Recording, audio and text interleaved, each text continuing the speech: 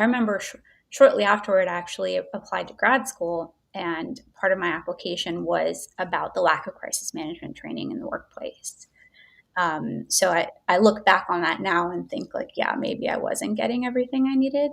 Mm, mm, But it was a really, really sad situation. And I think that at the time I was still relatively new to HR.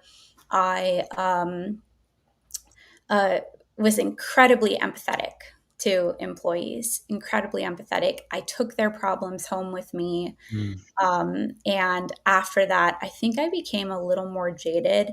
And I don't know if that's necessarily a bad thing Yeah. because I was able to kind of remain sympathetic, but remove that empathy to allow me to very clearly evaluate a situation and handle it.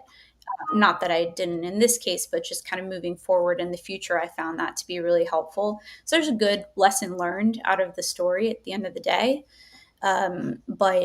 But yeah, I do think it's really critical that employers be prepared to support HR in time, especially in times of need, right? Like during COVID, for Mhm, example, or if mhm. there's a mental health crisis and your geographic area in particular, or in your workplace, or just as you've kind of said, all around the world. How are we also supporting HR too?